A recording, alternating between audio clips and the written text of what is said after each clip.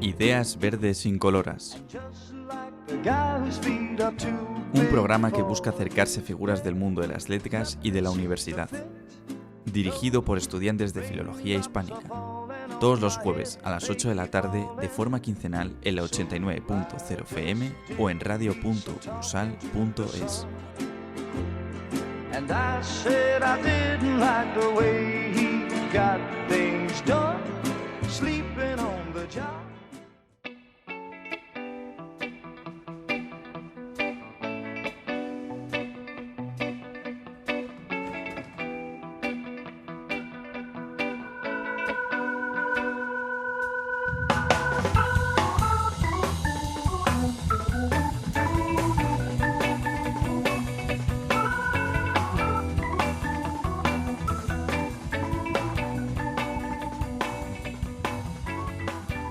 Un saludo cordial a todos nuestros oyentes. Soy Jaime Recio y os doy la bienvenida a Ideas Verdes Incoloras, un programa realizado por alumnos de Filología Hispánica.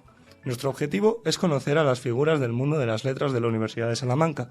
Os presento al equipo. Luis Pérez. Hola, muy buenas. Ariadna Vergés. Hola, muy buenas a todos. Jaime Ruiz. Hola, ¿qué tal? Marina López. Buenas, filólogos. Vamos pues con la presentación de nuestro invitado de hoy. ¿Qué nos cuentas, Luis? Hoy nos acompaña como primer invitado Julio Borrego Nieto, profesor emérito de la Universidad de Salamanca en el área de lengua española. Julio defendió su tesis doctoral en 1979 y, después de unos años de docencia como profesor titular, en 1988 fue nombrado catedrático de la Universidad de Salamanca, por lo que, si no me fallan las cuentas, son como unos 40 años de docencia en la universidad, y sigue vivo. Además, desde 2004 es miembro correspondiente de la Real Academia Española por Castilla y León, y confirmamos que después de la controversia del solo también sigue vivo. Con él podríamos hablar horas y horas sobre la gramática, la sociolingüística o la sintaxis, pero hoy queremos conocer mejor su persona y tratar temas quizá demasiado informales para el aula. Pero vamos a dejar de hablar de él y vamos a pasar a hablar con él. Julio, bienvenido. Hola, buenas tardes. Estupendo. Pues si os parece bien, introduzco la primera sección. Vamos a conocernos mejor.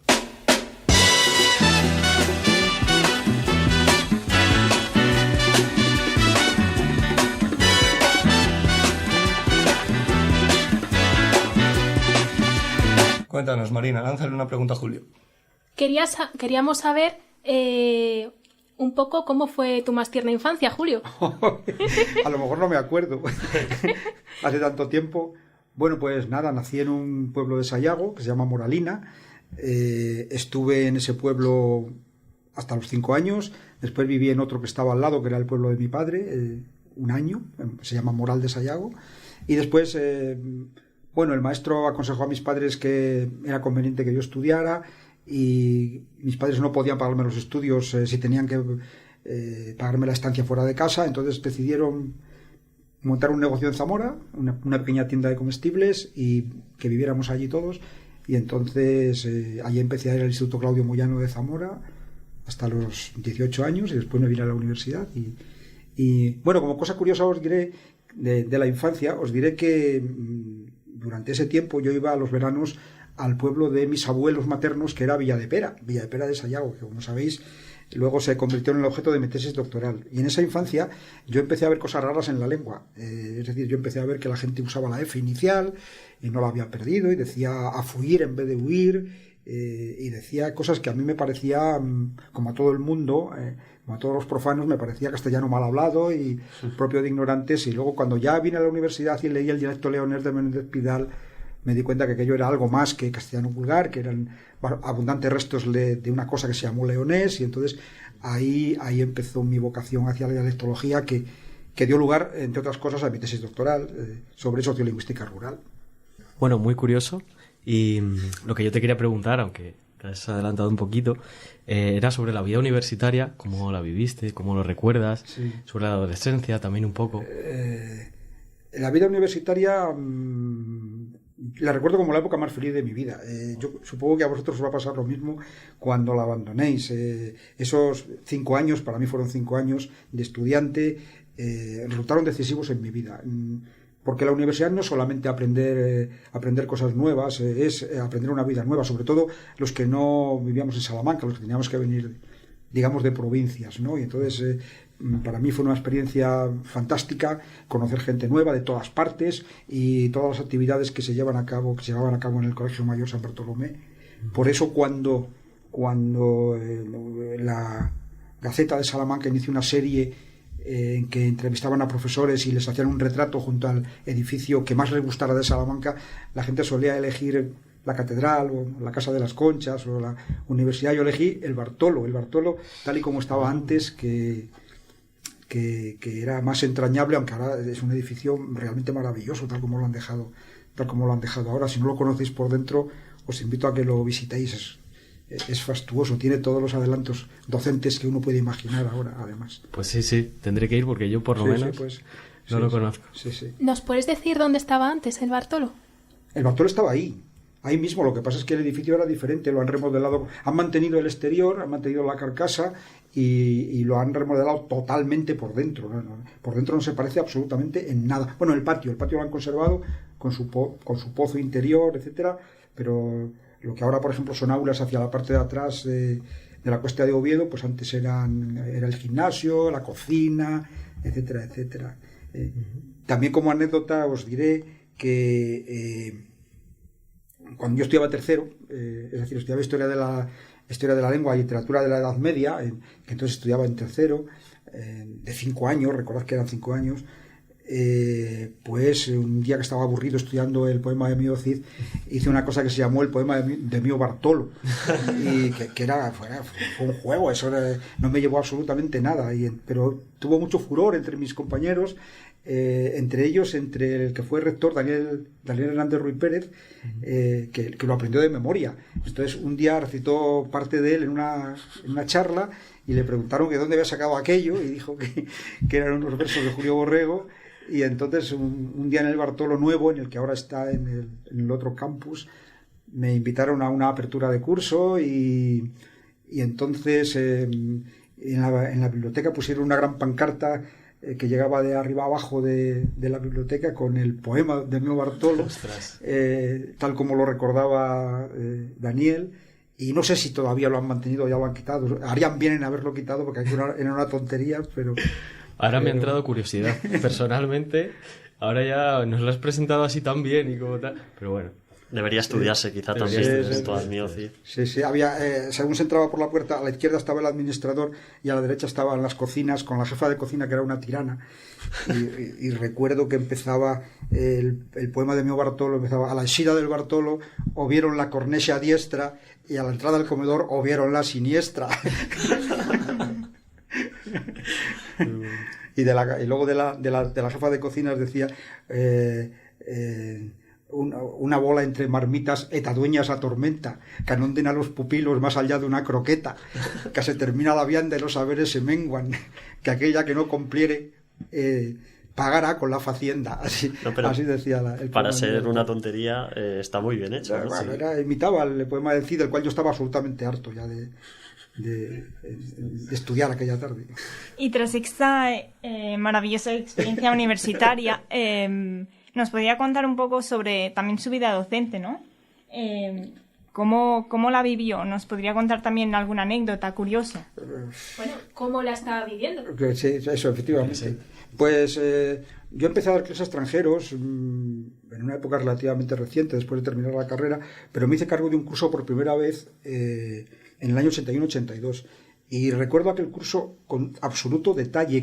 Recuerdo a muchísima gente de la que estaba allí, entre otras cosas, porque en aquel curso estaban personas que hoy son colegas míos y catedráticos. Por ejemplo, Carla Fernández Juncal estaba en aquel, José de Bustos, que hoy es profesor catedrático de la Facultad de Traducción, estaba Ángel Torijano, estaba Clara María de Vega, que trabaja en cursos internacionales, estaba San José Lera, que también fue alumno mío en aquel curso. Entonces había allí, no sé si me olvido de alguien más, no querría, pero había mucha gente de la que hoy sigue por aquí y por tanto lo recuerdo. Jorge Prieto Prat, que da clase en inglés, en fin. Y bueno, pues desde entonces se sucedieron las generaciones y ahora tengo, pues, calculo que más de 5.000 alumnos extendidos por el mundo, y es un placer que a veces me encuentren por la calle y me saluden, ¿no?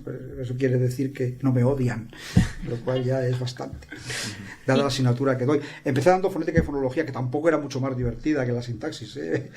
Siempre he dado asignaturas muy aburridas, pero bueno, yo procuraba divertirme con ellas.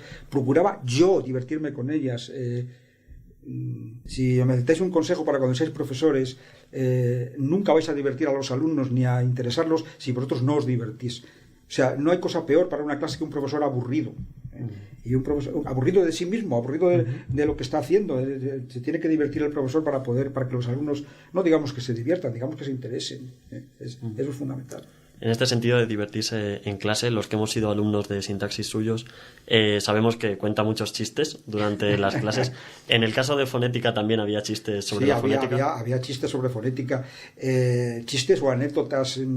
A ver, lo que sí odio es contar los chistes gratuitamente. Es decir, yo cuento los chistes cuando salen, cuando tienen que ver, o sobre todo cuando ayudan a retener algo. Yo creo que los chistes no deben contarse. Yo odio a las personas que encadenan un chiste con otro sin ningún objeto. Tienen que tener siempre alguna finalidad. Entonces, bueno, pues recuerdo que en uno de los primeros años en que daba fonética, yo a veces en clase soy muy osado, luego me arrepiento porque digo, sobre todo ahora que además puede que quede grabado de alguna manera. Y recuerdo que estaba explicando las interdentales y estaba escribiendo en la pizarra y estaba diciendo las interdentales se caracterizan porque se pronuncian metiendo la lengua entre los dientes. Y me volví y dije, propios. Y había unas monjas en primera fila que dijeron uy, por Dios. Muy bien, muy bien. Y recuerdo también el caso, ya estaba dando sintaxis, el caso de un Erasmus alemán que era muy cuadriculado y muy temperamental, ¿no? Era muy buen alumno, pero era muy temperamental. Y entonces un día hablando del dativo ético, puse el ejemplo que entonces estaba de moda, era un anuncio en televisión: mi marido no me come. Y entonces el Hans, que se llamaba Hans, me dijo, ese ejemplo es absurdo, su marido no la puede comer. Y le dije, mira, primero, Hans, su marido sí la puede comer. Y en segundo lugar, has entendido mal el ejemplo. Y le tuve que explicar qué significaba eso, y es muy difícil explicar qué significa eso para que un extranjero lo capte. Sí. Bueno, pues vamos a pasar ahora con un pequeño juego. Sí, me parece bien. Vale, yo me he traído de mi casa las tarjetas del Trivial. Sí. Y nada, es un juego pues de cultura general. Y te voy a pedir que cojas una de estas tarjetas. Para los oyentes, ahora mismo Julio está escogiendo una tarjeta totalmente al azar. Yo te voy a hacer una pregunta. ¿De qué campo me ha salido? Pues puedes elegir un color entre el azul, el rosa, amarillo. Vale. Entonces se tiraba un dado, ¿no? Para jugar a esto. Sí, con el color lo hacemos. Verde. Muy bien. ¿Es tu color favorito? No, mi color favorito es el rosa palo. Ah, mira. Cuando logre identificarlo. Muy bien, pues la pregunta es, ¿cuál tiene más cantidad de agua? ¿La cebolla, el mejillón o la semilla de un cereal? La cebolla. Muy bien. Sí, señor. Muy bien. Elegí la verde pensando que era literatura, pero no, lo recuerdo mal. ¿Cuál era la literatura? ¿El azul? Me parece que literatura... el marrón. Es el marrón, sí. Era el marrón. Sí. Yo ahí siempre fallaba en arte y espectáculos. Era mi punto débil. El mío los deportes. El mío también. Muy bien. Bueno, tras esta pregunta del Trivial, tremendamente acertada, vamos con la siguiente sección que se llama Justifica tu respuesta. No milk today, my love has gone away. The bottle stands forlorn, a symbol of the dawn. No milk today, it seems a common sight, but people passing by don't know the reason why. Aquí mi compañero Jaime te lanza una pregunta. A ver, Jaime. Muy bien, pues para conocernos un poco más en profundidad, de persona a persona, quería preguntarte si tienes algún hobby o afición especial en tu tiempo libre. Bueno, aparte de la lectura, que es una cosa bastante habitual entre nosotros, ¿no? Y del cine, pues me gustan los deportes como espectador.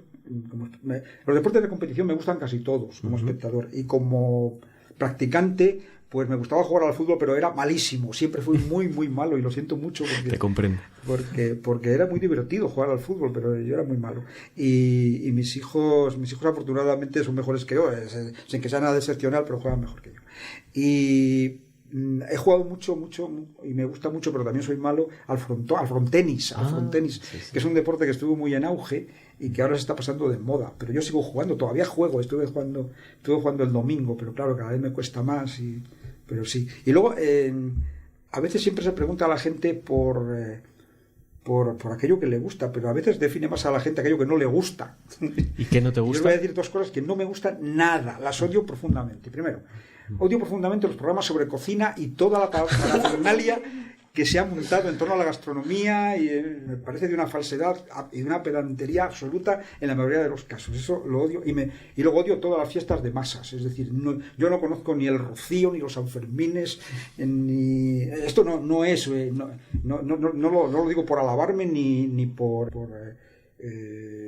vituperarme a mí mismo, ¿no? Sino que lo digo porque es así como lo siento. No me siento a gusto ni en los Sanfermines, ni en las Semanas Santas, ni en el Rocío, ni en las fallas, nada de eso lo conozco. Bueno, la Semana Santa de Zamora sí por razones vitales, pero nada más. Entonces esas son mis fobias y mis filias, básicamente. Bueno, también me gusta mucho pasear por el campo y ver pueblos pequeños y bien conservados, tal como eran. Por ejemplo, disfruté mucho, yo fui a la Cabrera Leonesa hacia el año 75, 76. La Cabrera Leonesa era un sitio absolutamente inhóspito, es decir, yo descubrí la Cabrera Leonesa, que es una comarca que está al sur de la provincia de León, porque leí un libro de Ramón Carnicer que se llamaba Donde las urdes se llaman Cabrera, y me gustó tanto ese libro que decidí visitar la Cabrera, y en mi mapa de carreteras eso era un inmenso blanco, ahí no había ningún pueblo ni ninguna carretera. Naturalmente estaba lleno de pueblos y carreteras, pero eran pueblos que vivían en la Edad Media, pero de manera literal, y eran... Yo lo siento mucho decir esto porque es un poco cruel, pero eran preciosos los pueblos esos. Luego he vuelto y naturalmente, y gracias y afortunadamente para ellos, y me alegro mucho, ahora son pueblos como los demás. Pero entonces eso me gusta. Me gusta encontrar un pueblo que se conserva tal y como era, viajando por ahí, ¿no? Eso lo mantengo. Sí. Muchas gracias. La verdad es que es muy interesante y me lo he apuntado. Sí, donde las urdes se llaman Cabrera. Sí. Vamos con la siguiente pregunta. Es un poco friki. ¿A qué personaje literario te gustaría conocer? Pues sí, no solamente friki, sino muy difícil. O si lo prefieres, ¿en qué obra literaria te gustaría vivir? Me gustaría conocer al protagonista, al médico protagonista de la novela de Luis Martín Santos, Tiempo de silencio.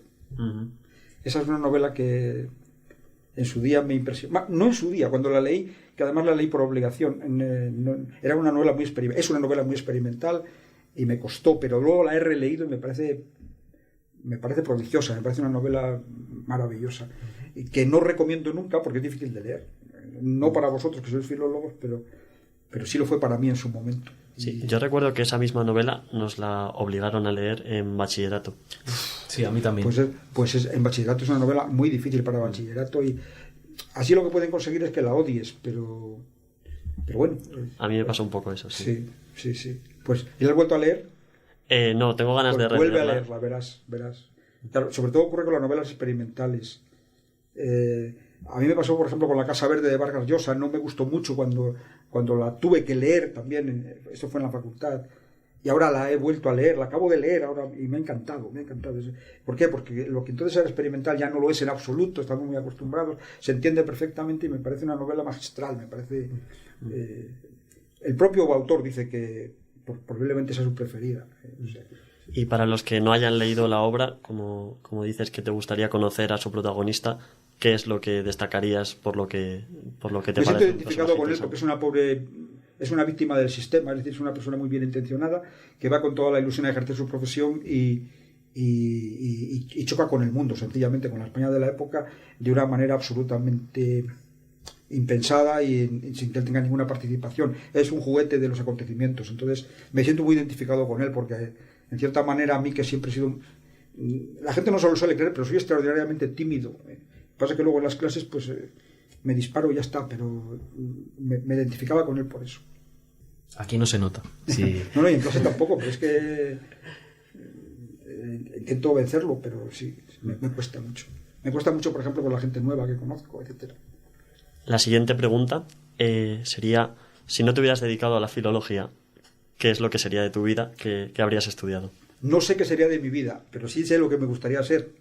Monologuista.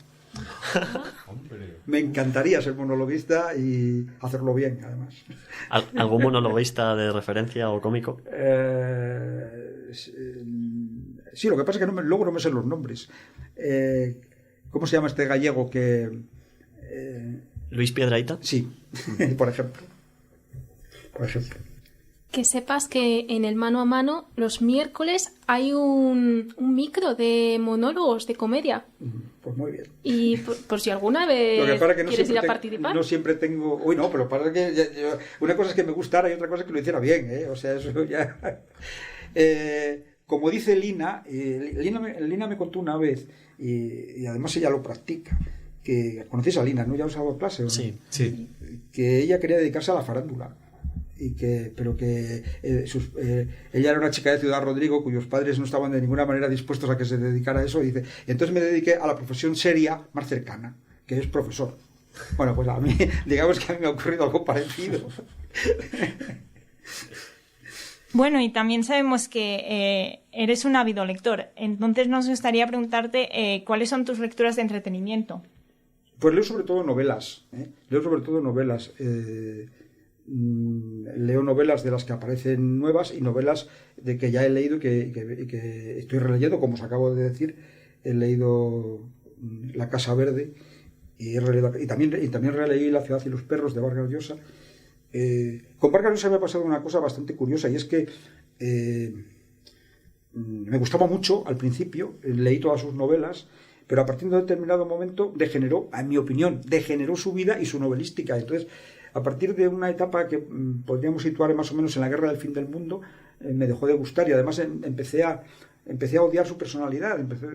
No me gustó su deriva política, ¿no? Y entonces, a partir de entonces, dejé de comprar sus libros, pero es un autor que influyó bastante en mí. Y, como os digo, he releído La Casa Verde. Es muy peligroso releer lo que a uno le ha gustado mucho. Es mejor leer lo que a uno le ha gustado poco, porque cuando uno relee lo que le ha gustado mucho se puede estrellar. Es decir, que aquel bonito recuerdo que tenía pues ya no es lo que era. Y en cambio lo otro, si rescatas una obra que antes no te gustaba, ganas algo. Y si no te la rescatas, no pierdes nada, porque ya no te gustaba, ¿no? Entonces, eso es lo que hago. Sobre todo novela. ¿Sí? Como entretenimiento, novela. Muy buen consejo. Justamente yo ahora te quería preguntar un consejo para los alumnos los alumnos de la universidad, pero si no tiene por qué ser en concreto en el ámbito académico. Sí. Este que acabas de dar es muy bueno para ello. Sí. Si quieres un consejo vital o cualquier tipo de consejo. Sí, mi consejo fundamental es, dado que en nuestra facultad, aunque muchos digan que no, su destino natural es ser profesores. En fin, hay gente que luego deriva de otros derroteros, pero es su destino natural. Pues es lo que os decía antes. Para dar una buena clase hay que creérsela. Es decir, hay que creer en lo que estás haciendo. Hay que creer que aquello que estás diciendo es nuevo y sirve para algo. Y si no, es mejor que cambies de asignatura. A veces cambiar de asignatura cuesta porque hay que prepararse un programa, etcétera, etcétera. Al principio lo tenemos que hacer todos, tenemos que dar varias asignaturas diferentes. Yo he dado fonética y fonología, lingüística general, lengua española, sintaxis, gramática, bueno, pero a veces es bueno para reciclarse, como se dice ahora, para resetearse. Lo que no he dado nunca, curiosamente no he dado nunca ni dialectología ni sociolingüística, a pesar de que esa es mi vocación primera y de que la tesis iba sobre ese tema. Sí, de hecho quería comentar ahora que nos has hablado de sociolingüística, que hemos tratado, por ejemplo, yo lo estoy dando como optativa, y Carmen Fernández Juncal nos ha hablado que, por ejemplo, en esa variable género-sexo, incluye algo para distinguir el habla de las mujeres y de los hombres, el contacto con la norma, Sí. Que es algo que me sorprende y que me parece muy interesante. Sí. El contacto con la norma es un concepto que yo inventé, entre comillas, cuando hice la tesis, para designar, es decir, lo que explicaba. Mi tesis básicamente, aunque estudiaba el habla de la zona esa, el habla de la zona esa realmente, tal como se entiende en un trabajo clásico, lo hice en mi tesina, que está totalmente inédita y no se ha publicado nunca, por tanto. Pero lo que hacía en la tesis era lo siguiente. Aquí se habló leonés, pero el leonés está desapareciendo. ¿Por qué? ¿Qué factores influyen y a qué plantas afecta primero y por qué? Y entonces yo veía que uno de los factores que influían era todo aquello que favoreciera el contacto con las personas que practicaban lo que se llamaba la norma. Ahí se incluían los viajes, las lecturas, etc. Entonces fue cuando me inventé aquello, que luego se ha parafraseado de diversas maneras, contacto con lo oculto, en fin, pero viene a ser lo mismo. El contacto con la norma, efectivamente, fue lo que yo hice en la tesis. Y Carla, la tesis de Carla fue la primera que yo dirigí. Y entonces, de alguna manera, pues ella trabajó sobre un tema similar y entonces leyó mis libros y, claro, era un poco obligado a seguir la doctrina del maestro, luego ha ido mucho más lejos que yo en ese campo. Bueno, ahora vamos a lanzarte una pregunta que no la hemos hecho nosotros, la hemos recopilado, hemos difundido una encuesta por distintos grupos de alumnos de filología y hemos seleccionado una pregunta pues de la voz de Anaya. Sí. La pregunta es, ¿está Marisina inspirada en alguien real o hay historia detrás de Marisina? No hay ninguna historia. Eso es un nombre que se me ocurrió, no sé por qué razón, ese diminutivo. Bueno, yo tenía una conocida cuando era estudiante a la que llamaban Marisa la clandestina, porque era muy tenía la psicosis de que la estaban persiguiendo siempre. Era la época de Franco y había mucha represión y ella siempre pensaba que tenía un espía detrás, ¿no? Y la llamábamos Marisa la clandestina, y quizá inconscientemente vino de ahí, pero vamos, en principio lo que hice fue buscar un nombre que hubiera muchas posibilidades de que no coincidiera con nadie de la clase. Y entonces se trataba de buscar o un nombre raro o un nombre muy frecuente, porque la otra estrategia es buscar un nombre tan frecuente que puede ser cualquiera, ¿no? Pepe. Bueno, pues de ahí surgió lo de Marisina, sí, que tampoco recuerdo en qué año ocurrió eso. No fue desde el principio. Yo recuerdo como el profesor... En sintaxis de segundo, el profesor siempre utilizaba... Javier Santiago. Sí, eso es. Utilizaba el nombre de Luis, justamente. Claro, porque es uno de los optó por justamente lo que acabas de decir, por utilizar un nombre muy común. Sí. A veces también buscamos en los ejemplos, para que quepan, aunque a veces no te caben en una línea y quieres que te quepan en una línea, yo utilizo muchas veces nombres cortos. Ana, Eva, Luis, simplemente por razones de brevedad, para que tenga pocas letras, ¿no? Y ya para acabar, vamos con la última sección, el colofón. Raindrops keep falling on my head, but that doesn't mean my eyes will soon be turning red. Crying's not for me, 'cause I'm never gonna stop the rain by complaining, because I'm free. Así que, Ariadna, por favor. Sí, también siguiendo con el tema de las lecturas, nos gustaría que nos recomendaras un libro. ¿Qué libro, por ejemplo, escogerías para recomendarnos no solo a nosotros, sino también a los oyentes que nos están escuchando? Un libro para recomendar. Es que vamos a ver, es diferente. Sí, también un libro que me guste a mí, un libro que me haya impresionado a mí, y un libro que yo recomiende a otras personas. Que te haya marcado de alguna manera en tu vida profesional y también... Sí, vamos a ver. Libros que me hayan marcado en mi vida profesional ha habido muchos, pero voy a mencionaros dos. Uno, mi vida académica, Orígenes del Español. Orígenes del Español de Menéndez Pidal es una obra... A ver, tú te puedes creer lo que dice y puede que esté pasado de moda y puede que ya no sea verdad, pero es fantástico el camino por el cual va la investigación. O sea, con qué rigor va montando eslabones para que al final haya una cadena perfectamente coherente. A lo mejor esa cadena no es cierta, a lo mejor está pasada de moda, pero la forma en que se ha construido, a mí Vamos, yo he dicho varias veces que daría una mano, la izquierda, yo soy diestro, la izquierda, por haber escrito ese libro. Me parece un libro. Y otro muy cercano a él y del mismo autor, el dialecto leonés. O sea, el dialecto leonés se escribió en 1906. Pidal se inventó el concepto. O sea, el dialecto leonés es un invento de Pidal. Quiero decir que es verdad que existe, pero en realidad es una reconstrucción de Pidal a partir de fragmentos. Pero no os podéis imaginar qué fragmentos tan pobres. O sea, nunca he visto un libro tan bien construido a partir de tan poco. Porque a veces se basa en una carta de Unamuno que le menciona unas palabras de Salamanca, o en un maestro de un pueblo que le cuenta que hay un topónimo. Y sin embargo, lo que dice sobre el leonés prácticamente no ha cambiado. O sea, lo que él decía del leonés prácticamente, se puede haber muerto más, puede hablarse menos, pero lo que él dice del leonés en 1906 sigue siendo verdad. Entonces, está en la misma línea, o sea, podría citar cualquiera de los dos. El dialecto leonés, orígenes del español, porque en uno reconstruye el español primitivo y en otro reconstruye el leonés, pero es igual. El método es el mismo. Bien. Eso en cuanto al mundo académico. En el mundo literario, bueno, pues a mí me impresionó mucho en su momento por razones vitales, porque entonces yo tenía angustia vital y esas cosas, un libro que se cita muy poco y que además es atípico dentro de la generación de ese poeta, que es un libro de Dámaso Alonso que se llama Hijos de la Ira. Dámaso Alonso es conocido por su obra de crítico literario, ¿no? Pero no como poeta, aunque perteneció a la generación del 27, según los críticos, pero tiene un libro atípico para esa generación, que es Hijos de la Ira, que es un libro desgarrado, absolutamente desesperado, y yo sé, por razones vitales, en la época en que a mí me gustaba también La náusea de Sartre y el Tronchet de Camille, bueno, pues entonces me gustaba Hijos de la Ira. Que no es un libro recomendable, probablemente a la gente que lo lea ahora no le guste, pero ese es el apartado de los que a mí me han marcado. Y libros para recomendar, es que recomendar un libro es muy difícil, porque todo depende de los gustos de cada persona.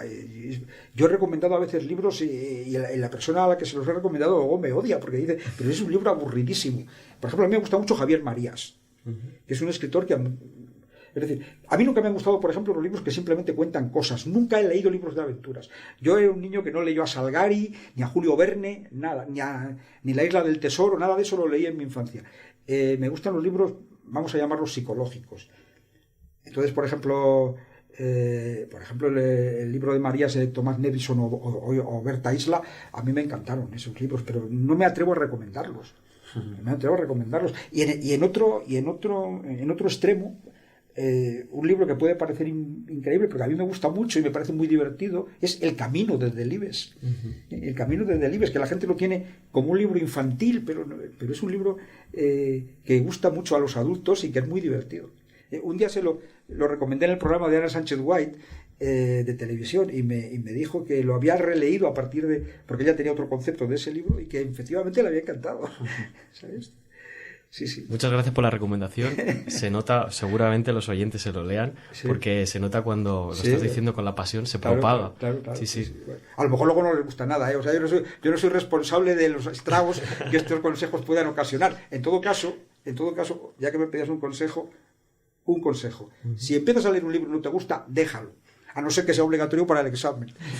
Déjalo. Hay tantas cosas que leer en la vida que te van a gustar que para qué perder el tiempo con el que no te está gustando. Y lo dice alguien al que le cuesta mucho dejar un libro empezado. A mí me cuesta mucho dejar un libro empezado, pero deben dejarse empezados si no te gustan, porque hay muchos que te van a gustar. Entonces, ¿para qué perder el tiempo con el que no te gusta? Entonces, si empezáis a leer El Camino, Tiempo de Silencio, Hijos de la Ira, o Conversación en la Catedral, y no os gustan, dejadlos inmediatamente. No importa que a mí me gusten. ¿De acuerdo? Pues sí, es algo además que yo me suelo... que me parece muy interesante, porque me suelo preguntar, porque claro, hay tantos libros que no se sabe cuál escoger y muchas veces no sé si tú tendrás algún criterio como para escoger un libro o... etcétera. Nunca se sabe, porque generalmente por el tema o porque conozco al autor. Claro. ¿Sabes? A mí me dice, pues esto trata de tal, y digo, pues es un tema interesante, voy a ver cómo lo trata, o porque ya conozco al autor y, por ejemplo, pues Javier Marías, no sé cómo escribe y puede no gustarme lo que publica. Ahora el pobre ya no puede publicar nada, pero puede no gustarme lo que publica en ese momento, pero haberme gustado otro y por lo tanto debo intentarlo. Sí. Muy bien. Muchísimas gracias. Yo te quería preguntar también, ¿qué proyectos tienes para el futuro? Pues no sé qué va a ser de mi vida, porque mi vida es la facultad. Y en la facultad me queda un año. Y la verdad es que luego se me abre un desierto, porque no juego al golf, no me gusta ver obras digo de construcción, de grúas y esas cosas. No soy aficionado a la cocina, ni a la jardinería, ni a la agricultura, aunque Ana Sánchez White me llama agrolingüista, porque le dije un día que me había comprado una furgoneta para ir. Tengo una viña en el pueblo que es de mi mujer, y entonces voy a ella con una furgoneta y me produce una gran tortura la vida agrícola, pero la hago por consorte. Y me he comprado una furgoneta y entonces me dice Ana Sánchez Guay que soy agrolingüista. Y digo, sí, pues sí, agrolingüista. Entonces no sé muy bien qué voy a hacer. La verdad que es una buena pregunta que me gustaría saber contestar. No sé muy bien qué voy a hacer. Nos hablaste una vez en clase de escribir un diccionario para pijos, ¿puede ser? No creo, porque ese proyecto no lo he tenido, pero sí he hablado en clase de escribir una gramática para ricos. Exacto, eso es. Una gramática para ricos, que se caracterizaría porque los ejemplos serían del tipo de me hice servir el té en la biblioteca, hoy el señor nos recibe, y además todas las oraciones serían subordinadas. Claro. Bueno, y también disfrutar un poco, entiendo, de la vida de jubilado después de tanto tiempo de clases con su familia y descansar. Es que la vida de jubilado para mí es esta también. O sea, lo que yo voy a seguir haciendo de jubilado probablemente sea lo mismo que estoy haciendo ahora, o sea, leer y escribir. Salvo dar clase, desgraciadamente, porque esa es la parte que me va a faltar. Por eso digo que no sé, porque leer y escribir es bastante más aburrido que dar clase, en mi opinión. Yo soy un profesor, siempre hay un balanceo en la vida universitaria, en el profesor universitario entre docencia e investigación, y la investigación tiene mucho más prestigio y cuenta más en los baremos, pero a mí siempre me ha gustado más la docencia, siempre. ¿Tiene nietos? Sí, solo uno. Y que no es poco. Como buen profesor, como es nieto de un profesor de lengua española, se llama Oliver. Eso sí, con tilde. Muy bien. Pues ahora vamos a pasar una ronda de preguntas cortas durante 1 minuto, 60 segundos. Yo le voy a decir... ¿Cada pregunta? No, bueno. Entre todas. Le voy a lanzar preguntas y durante 1 minuto pues tiene que responder todas las que pueda. No hay respuesta correcta ni nada, vale. Es totalmente... Y no se espere nada. Pues claro, a ver. Venga, empezamos. ¿Fruto seco favorito? Almendra. Muy bien. Tiene una jirafa y nadie lo puede saber. ¿Dónde la esconde? En medio de otras. ¿Comida favorita? Huevos fritos. ¿Palabra favorita? Cancarina. ¿Novio favorito de Marisina? Ha tenido muchos y muy interesantes. Atilano. ¿Qué idiomas hablas? Muy pocos. Hablar, español y sayagués. Un poquito de francés, entender, pues italiano, inglés para leer, como decía un colega mío, y nada más. Lo siento mucho, pero yo no nací en una época políglota. Si pudieras tener un superpoder, ¿cuál sería? Poder dormir. ¿Electrodoméstico favorito? El televisor, a pesar de todo. Y la última, ¿qué es lo más antiguo que tienes? Pues un libro de una guía de confesores del año 1594, que además es un libro divertidísimo, porque es increíble la cantidad de pecados que puede cometer uno y la cantidad tan variada de materias. Creo que después de esta respuesta vamos a hacer un listado con la respuesta de todos los invitados y a ver quién gana en cuanto a el objeto o la cosa más antigua que tengan, porque es difícil de superar esto. Sí, empezamos muy alto o muy bajo. Sí. Vale, a continuación, también a modo de juego, no sé si estás al corriente de la inteligencia artificial, ChatGPT, todo esto. Más o menos. Vale, pues son capaces de, más o menos, producir poemas. Sí. Entonces, a continuación vamos a leer 3 poemas. Uno de ellos es humano y los otros 2 son de una inteligencia artificial. Bien, procedo.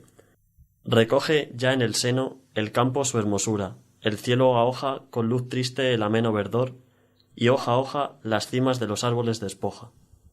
1. 2. Oh dulce noche, que en tu manto oscuro cobijas los secretos de los mortales. Bajo tu amparo el mundo descansa seguro, y el bullicio del día se torna caudal. Y 3. Amor, que como rayo del sol naciente iluminas los rincones más oscuros, y haces florecer en el pecho doliente la llama que arde con fuego puro. El humano es el primero. Muy bien. ¿Y es de? ¿Sabe de quién es? No. Vale, pero muy bien. Ha detectado dónde estaba la tecnología aquí. El primero es, efectivamente, de Fray Luis de León. Muy bien. No lo ha dudado, ¿eh? No, es que son muy tópicos. El 2 y el 3 son absolutamente tópicos, propios de una máquina a la que le han metido muchos, y entonces muchos de los típicos, y entonces ha sacado uno de los típicos. Y es muy tópico. Bueno, estaba clarísimo, vamos. No, yo no sabía que era de Fray Luis, pero vamos.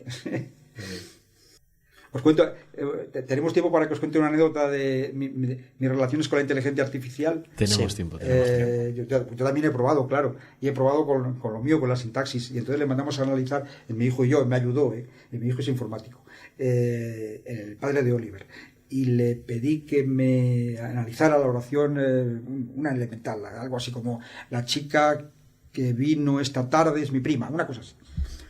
Y lo hizo bien. Hubiera aprobado con nota, seguramente, en un examen, pero me dijo que esta tarde era complemento directo. Entonces, pero lo curioso es que le dije: hay un error grave.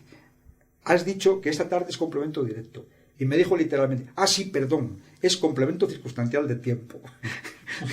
Me dijo: sí, perdón, es complemento circunstancial de tiempo. Wow.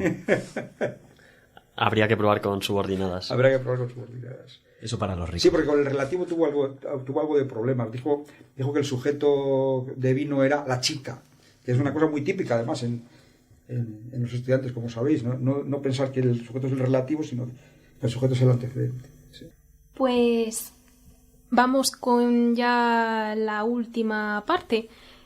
En el siguiente programa entrevistaremos a otro profesor u otro profesor u otra profesora de la facultad, y queríamos que lanzases una pregunta para que nosotros se la podamos hacer.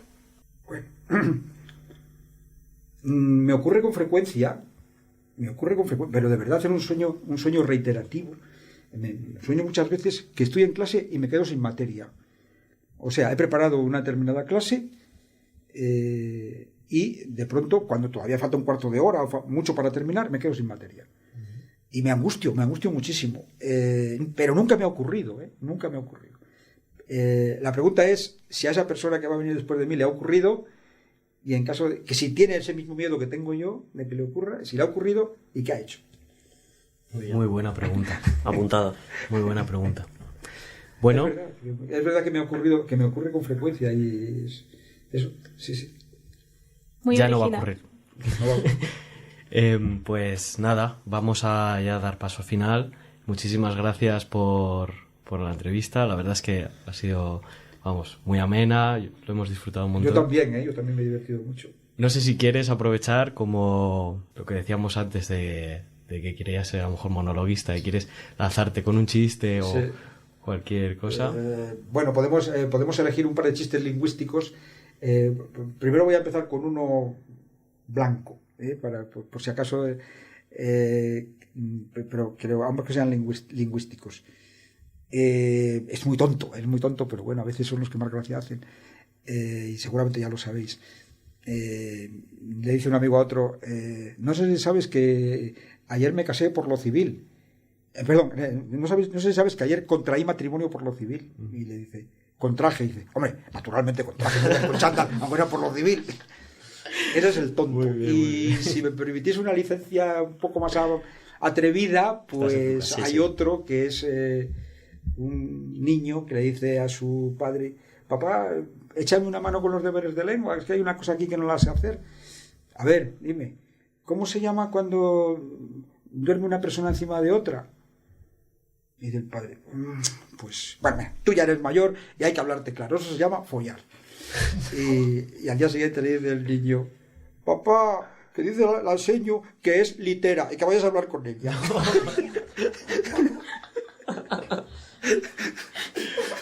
Muy bueno, muy bueno. Pues muchísimas gracias, Julio, la verdad es que ha sido un placer. Gracias por ser el primer entrevistado, por la confianza. Gracias a Radio Sal también. Y nada, nosotros nos despedimos desde el equipo de Ideas Verdes Incoloras. Aquí Luis. Hasta la próxima. Ariadna.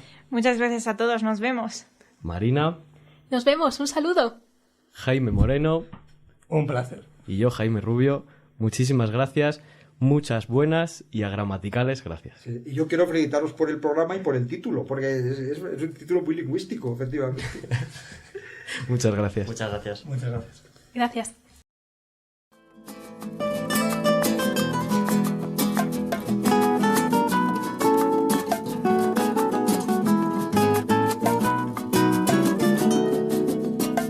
Lo nuestro duro, lo que duran 2 peces de hielo en un whisky on the rocks. En vez de fingir o estrellarme una copa de celos, le dio por reír. De pronto me vi como un perro de nadie ladrando a las puertas del cielo. Me dejó un neceser con agravio, la miel en los labios y escarcha en el pelo. Tenía razón. Mis amantes, en eso de que antes el malo era yo, con una excepción. Esta vez yo quería quererla querer y ella no, así que se fue. Me dejó el corazón en los huesos y yo de rodillas. Desde el taxi y haciendo un exceso me tiró 2 besos, uno por mejilla. Y regresé a la maldición del cajón sin su ropa, a la perdición de los bares de copas, a la cenicienta de saldo y esquina. Y por esas ventas del fino laína, pagando las cuentas de gente sin alma que pierde la calma con la cocaína. Volviéndome loco, derrochando la bolsa y la vida, la fui poco a poco dando por perdida. Y eso que yo, para no agobiar con flores a María, para no asediarla con mi antología de sábana fría y alcobas vacías, para no comprarla con bisutería, ni ser el fantoche que va en romería con la cofradía del santo reproche. Tanto la quería que tardé en aprender a olvidarla 19 días y 500 noches. Dijo hola y adiós, y el portazo sonó como un signo de interrogación. Sospecho que así se vengaba a través del olvido Cupido de mí. No pido perdón, para que si me va a perdonar.